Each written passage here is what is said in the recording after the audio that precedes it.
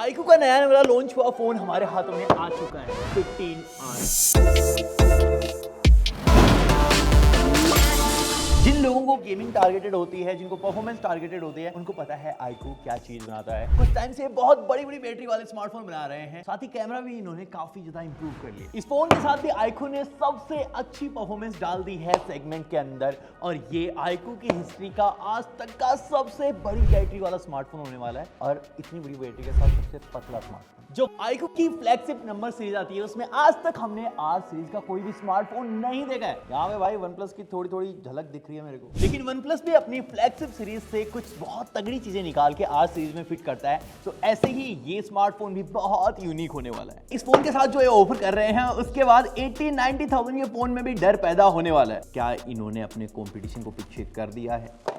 ये है iQOO 15R। 2026 आ चुका है, लेकिन iQOO का डिब्बा अभी भी खाते पीते घर का है, जिसके अंदर आपको एक ट्रांसपेरेंट केस मिलता है, थोड़ा सा documentation, type C to C cable है। उसके बाद है ये फ्लैश चार्ज 100 वोल्ट का है ये। इसके बाद भाई बॉक्स में बची है एक सुई एंड दैट्स ऑल। अब दिखाता हूँ आपको फोन। ये डिजाइन काफी ज्यादा अलग है iQOO के, मैंने जितने भी फोन देखे हैं उनसे। सबसे पहले भाई प्रोटेक्शन, हमने फोन कर लिया है ऑन, और ये नहीं टूट रहा क्या?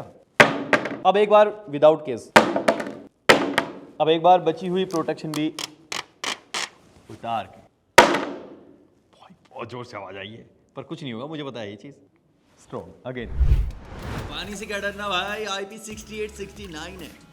जब iQOO ऑलरेडी इतना सब कुछ कर रहा है, तो उनको ये फोन निकालने की जरूरत क्यों पड़ी? देखो मैं समझाता हूँ। ये इनकी नियो सीरीज है, ये ऑलरेडी मिड रेंज में काफी तबाही मचाती है, और उसके बाद आती है इनकी फ्लैगशिप नंबर सीरीज। लेकिन उनके बीच में कुछ भी नहीं था, उनके बीच में भाई अब ये है, ये फ्लैगशिप किलर। मैं आपको सीधा सीधा बताता हूँ, जब मैं iQOO की नंबर सीरीज पकड़ता था, तब मेरे को प्रीमियम फील आती थी, लेकिन उसके नीचे जितने भी फोन थे उनको पकड़ के उतनी अच्छी फील नहीं आ पाती थी। लेकिन इस फोन के अंदर ऐसा बिल्कुल भी नहीं है, ये सच में एक प्रीमियम फील देता है। यहाँ पे बैक पूरा ग्लास का दे रखा है, एल्यूमिनियम फ्रेम है, सिमेट्रिकल बेजल्स हैं। जब आप इसको हाथ में पकड़ोगे तो आपको फील आएगा कि आपने कुछ प्रीमियम सा डिवाइस पकड़ रखा है। इसके अंदर ये 6.59 इंचेस का डिस्प्ले है, कहीं से भी ये फोन चुभ नहीं रहा है, बहुत स्मूथली इसके कर्व जा रहे हैं, और यही सारी चीजें कंबाइन होके एक प्रीमियम फील ऐड ऑन की जाती है। ये एक एमोलेड डिस्प्ले है, 144 हर्ट्ज हाई रिफ्रेश रेट। सुनने में काफी नॉर्मल लगता है, लेकिन जब मैं BGMI भी खेलने बैठूंगा तो ये 144 हर्ट्ज ही रहने वाला है। मैं आपको थोड़ी देर में खेल के दिखाऊंगा। इस फोन के अंदर 1.5 के रेजोल्यूशन आता है। आप एक बार क्वालिटी देख सकते हो, HDR10+ का सपोर्ट भी है। ऐसे बहुत सारे फोन मार्केट में हैं जो HDR10+ के साथ आते हैं,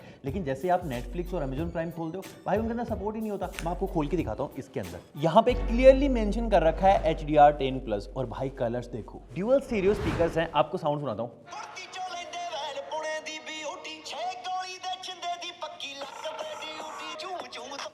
भाई एक नंबर म्यूजिक है। इसके अंदर एक और स्पेशल चीज है, इसमें अल्ट्रासोनिक उंगली छाप विज्ञान का यूज कर रखा है भाई। बोले तो अल्ट्रासोनिक फिंगरप्रिंट सेंसर। ये होती है बहुत ही फास्ट, जैसे मैं ऐसे लगा खट से खोल दे दिए, देखो। लेकिन ये इसके लिए फेमस नहीं है। ये तेल, अगर आपने बालों में लगाया तेल, आपके हाथ हैं गंदे, तो आपका इन डिस्प्ले फिंगरप्रिंट कभी खुलने नहीं वाला है। लेकिन इसके साथ देखते हैं, फर्क ही नहीं पड़ता भाई, कितना ही चिकना हो, कुछ भी गंदा वंदा हो, अल्ट्रासोनिक फिंगरप्रिंट खोल देगा। अब तक ये टेक्नोलॉजी थी बहुत ही महंगे फोनों में, लेकिन ये फोन अराउंड 40,000 का आएगा। ये इसके अंदर भी आ चुका है। फ्रंट में 32 मेगापिक्सल का सेल्फी सेंसर लगा रखा है, और ये कुछ ऐसी फोटोज लेता है। यहाँ पे स्किन का टेक्सचर देख सकते हो, एक मेरी दाढ़ी में 5 वाइट बाल हैं, आप गिन पाओगे, क्योंकि भाई इसके अंदर डिटेल्स बहुत तगड़ी हैं सेल्फी कैमरा में। आप इसके कलर्स को ध्यान से देखोगे तो आपको काफी ज्यादा वीवो जैसे लगने वाले हैं, इसीलिए कलर्स में काफी ज्यादा पंचीनेस है। इसके फ्रंट कैमरा में भी 4K 60 FPS में आप रिकॉर्ड कर पाओगे, मतलब वीडियो क्वालिटी में भी कोई कॉम्प्रोमाइज नहीं है। बाकी आप नीचे कमेंट करके बताओ कि आपको कैसी लग रही है। इसके अंदर दो कैमरास हैं, 50 MP प्राइमरी सेंसर है, और ये एक सोनी का सेंसर है। बाकी दूसरा ये वाला है 8 मेगापिक्सल का अल्ट्रा वाइड, और बैक कैमरा से आप कुछ ऐसी फोटोज ले सकते हो। हमने बहुत सारी पिक्चर्स ली हैं, जब आप पहली नजर में इनको देखोगे तो भाई कलर्स डिटेल्स बहुत सही से लगेंगी। आप जब जूम करते हो तो डिटेल्स थोड़ी कम होती हैं, लेकिन कलर्स बिल्कुल एक्यूरेट है भाई, वो काफी पंची लगने वाले हैं आपको। और ये मैं झूठ मूठ की तारीफ नहीं कर रहा हूँ, इसके कलर्स इतने तगड़े इसलिए आ रहे हैं क्योंकि ये वीवो की कैमरा प्रोसेसिंग को यूज करता है, और वीवो भाई क्या कमाल की चीजें कर रहा है। मैं खुद चाइना जाके वीवो की कैमरा प्रोसेसिंग लैब देख के आया हूँ। भाई आपके किचन में फोटोज कैसी आएंगी, वीवो के स्टोर में आपकी फोटोज कैसी आनी चाहिए, सब कुछ इन्होंने पहले ही डिसाइड करा होता है, और वो सारी चीजें इसके अंदर भी हैं। लेकिन तब भी एक चीज ऐसी है जहां पे इंप्रूवमेंट के चांसेस हैं। 40,000 में कुछ फोन ऐसे हैं जिनमें फोटोज में ज्यादा डिटेल्स आ जाती हैं, तो हाँ आई थिंक डिटेल्स थोड़ी और ज्यादा बेटर हो सकती थी। बाकी भाई जो फोन का एआई है वो फोटोज को एक लेवल और ऊपर ले जाता है। अब आपने फोटो ली, आपको फ्रेम दिख रहा है कि भाई छोटा है, आपको और बड़ा बनाना है फ्रेम को, तो भाई सीधा एआई ये चीज आपके लिए करके देगा। इवन कुछ अनवांटेड लोगों को फोटो से हटाना हो, मतलब जितनी स्पीड से आपकी एक्स ने आपको यू डिजर्व समवन बेटर बोल के हटाया था, उससे भी कहीं ज्यादा स्पीड से ये हटा पाता है। एंड भाई बैक कैमरा से भी ओब्वियसली आपको 4K 60 FPS मिल जाता है और इससे वीडियोस कुछ ऐसी आती है। और जैसे ही भाई 0.6 पे क्लिक करोगे, यहाँ से अल्ट्रा वाइड स्टार्ट हो जाएगा और यहाँ से कुछ ऐसी फोटोज आती है। बाकी अगर आपका मेन फोकस परफॉर्मेंस है तो डेफिनेटली कैमरा से आप डिसअपॉइंट नहीं होने वाले। कुछ महीनों पहले कोई भी रिव्यूअर जब iQOO के फोन की बात करता था, इंक्लूडिंग में, सारे लोग ऐसे बोलते थे भाई सारी चीजें अच्छी हैं लेकिन एक पंटच OS को और ज्यादा बेटर होना चाहिए, और ज्यादा रिफाइंड होना चाहिए, ये अगर अच्छा होता तो पता नहीं क्या हो जाता। लेकिन आज iQOO क्या कहता है? आज हम कहते हैं तू क्या है बे? हमें के अंदर Origin OS 6 है बेस्ड ऑन Android 16 और ये बहुत ज्यादा रिफाइंड है और इसके अंदर बहुत सारे फीचर्स भी हैं। भाई कस्टमाइजेशन इन्होंने भर भर के दे रखी हैं, थीम्स, वॉलपेपर बहुत सारे हैं, इवन क्लॉक के अंदर ही इन्होंने इतने सारे ऑप्शन डाल रखे हैं। और ये सब फिर भी नॉर्मल है, कुछ ऐसे फीचर्स हैं जो Origin OS 6 के साथ बहुत ही ऊपर जा चुके हैं। मैं भाई फोन को फ्लिप कर रहा हूँ, वैसे वैसे ही देखो दिन रात ऐसे फ्लिप हो जा रहा है। आप इसमें वॉलपेपर भी लगा सकते हो, थोड़ा सा टिल्ट करते ही वॉलपेपर ही चेंज हो जाएगा। ये सच में कमाल की चीज लगती है। और भाई एक और फीचर है जो Origin OS 6 में यूज करने के बाद मुझे लगता है हर एक फोन में होना चाहिए। जैसे मैंने गैलरी खोल रखी है, कुछ फोटोज हैं, ऐसे ऊपर की तरफ करूंगा, किसी भी प्लेटफॉर्म पे मुझको शेयर करना है, देखो डायरेक्टली आ जाएगा। मैं ऐसे इंस्टाग्राम पे डाल दूंगा, खुल कर डायरेक्टली। और भाई और भी बहुत सारी कमाल की चीजें हैं। जैसे मैंने ये वाली फोटो ली थी, इसका मुझे अगर कटआउट निकालना हो, साइड वाली फोटो पे ले जाऊंगा और ऐसे दूसरी वाली फोटो पे लाया और ऐसे अपने ऊपर कहीं भी भाई सेट करके देख सकता हूँ कि सेट हो रही है कि नहीं। और भाई अगर आपका कुछ चल रहा हो, आपको कोई ऐप छुपानी है, कोई और चीज छुपानी है, देखो यहाँ से ऐसे स्लाइड करोगे, ये प्राइवेट स्पेस खुल जाएगा। यहाँ पे आप कुछ भी डाल के रख सकते हो अपना तिजोरी। और अगर भाई एप्पल यूजर्स को ऐसा लगता है कि दूसरा आईफोन पास में लाने पे उसी पे कुछ होता है, एंड्रॉइड में नहीं होता ऐसा कुछ, तो आप गलत हो। अगर ये वाली फोटो मुझे किसी को शेयर करनी हो, 1 2 3 4 फोटोज मैंने सेलेक्ट करी हैं। सोचो ये आपके दोस्त का फोन है, आपको ऐसे पास में लाना है और ये लो भाई आ गई हैं चारों फोटोज। और ऐसे ही भाई एप्पल का इकोसिस्टम हम सबको पसंद है, लेकिन Origin OS ने भी अपना बहुत कुछ बना रखा है। इवन इस फोन से आप Windows laptop, even Mac laptop भी आप दुनिया के किसी भी कोने में इस फोन से ऑपरेट कर सकते हो। और ऑपरेट ही नहीं, अगर आपको फाइल भी ट्रांसफर करनी हो लैपटॉप से फोन, फोन से लैपटॉप, वो भी आप दुनिया के किसी भी कोने में बैठ के कर सकते हो। और भाई यही सारे फीचर्स मिला के इस iQOO 15R को बहुत ज्यादा यूनिक एंड यूजफुल फोन बना देता है। और भाई 4 साल के एंड्रॉइड अपडेट्स और 6 साल के सिक्योरिटी अपडेट्स मिलेंगे इस 15R। बाकी भाई इसके अंदर स्नैपड्रैगन 8s Gen 5 लगा रखा है। जिन लोगों को नहीं पता उनको बता दूं भाई, ये सबसे पावरफुल प्रोसेसर स्नैपड्रैगन 8 Elite के आर्किटेक्चर पे ही बना है। ये फ्लैगशिप लेवल की गेमिंग करवा सकता है। और क्योंकि भाई ये iQOO का फोन है, इन लोगों को चैन नहीं आता एक प्रोसेसर से, इन्होंने 2 चिप लगा रखी है इसके अंदर। सुपर कंप्यूटिंग चिप Q2 भी लगी है जो गेमिंग परफॉर्मेंस को और ज्यादा इनहेंस कर देती है। और भाई BGMI खुल चुका है,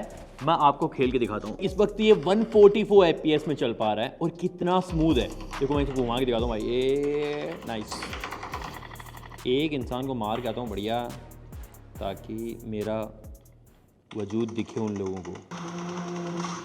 देखो भाई कुछ लोग बोलते हैं कि 120 FPS में और 144 FPS में ज़्यादा अंतर नहीं होता है, लेकिन भाई ऐसी कंपटीशन वाली गेम्स में 1 मिली सेकेंड का बहुत फर्क पड़ता है। मौत की घाट 10 लोगों को उतार गया हूँ और मेरे को तो देखते ही मार दे रहे हैं यार, क्या हो रहा है ये। सही बताऊं तो 120, अरे भाई बात करते करते जीत भी गए। 120 FPS के लिए ही बना है BGMI गेम, लेकिन ये अपनी Q2 चिप की वजह से उसको 144 FPS बना पाता है। और भाई इसके अंदर वेपर कूलिंग चैम्बर लगा रखा है, उसी की वजह से पिछले 25 मिनट से मैं लगातार गेम खेल रहा हूँ, लेकिन इसमें कोई हीटिंग नहीं है, थोड़ा सा वार्म हुआ है। वैसे ये सिर्फ एक गेमिंग फोन नहीं है, बैलेंस फोन है। फिर भी आप इसके अंदर जेनसन जैसे गेम भी बहुत इजीली खेल पाओगे। मैं आपको जेनसन भी इसमें खेल के दिखा देता हूँ। देखो कलर्स कितने ही प्यारे लग रहे हैं और बहुत स्मूथ चल रहा है इसमें। कुछ टाइम पहले ऐसे गेम्स सिर्फ कंप्यूटर में ही खेलते थे, उसके लिए भी जाता था मोटा पैसा।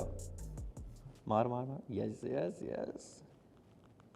भाई बढ़िया है ये तो। भाई लगभग 40-45 मिनट हो गए हैं मेरे को BGMI और ये जेनसन खेलते हुए, लेकिन बिल्कुल भी कोई फ्रेम ड्रॉप जैसी चीज नहीं है। थोड़ा सा वॉर्म ही होता है, बाकी तो हीटिंग जैसा कुछ है ही नहीं इस फोन के अंदर। और भाई सिर्फ प्रोसेसर इसका तगड़ा नहीं है, LPDDR5X बेस्ड रैम है, UFS 4.1 बेस्ड स्टोरेज है। आप नंबर के जंजाल में मत पड़ो, बस इतना समझ लो कि इंडस्ट्री में जितना भी मैक्सिमम स्टैंडर्ड है ना, वो सारी चीजें इसके अंदर डाली हुई हैं। इन सब चीजों की वजह से भाई ये बहुत ज्यादा स्नैपी है। देखो मैं इतने सारे एप्स खोल रहा हूँ, बिल्कुल स्मूथली जा रहा है। इन सब के साथ इसमें 7600 mAh की बैटरी है, काफी पतला सा फॉर्म फैक्टर लेके आता है ये। 100 वोल्ट की फास्ट चार्जिंग है। और भाई जब भी आप फोन में चार्जर ठूस के उसको यूज करते हो तो फोन गर्म हो जाता है, और स्पेशली जब आप गेमिंग कर रहे हो तो और ज्यादा गर्म हो जाएगा। लेकिन इसके अंदर बाईपास चार्जिंग है, इसमें आप कितनी भी हैवी गेमिंग कर लो, चार्जर लगा के कोई फर्क नहीं पड़ने वाला। सारी चीजों से हट के अब आ जाते हैं सीधा मुद्दे की बात पे, क्या ये फोन कॉम्पिटिशन से बेटर है, फ्लैगशिप किलर है? तो भाई जो भी इसका प्राइस कॉम्पिटिशन है वहां डेफिनेटली ये टॉप के फोनों में आता है।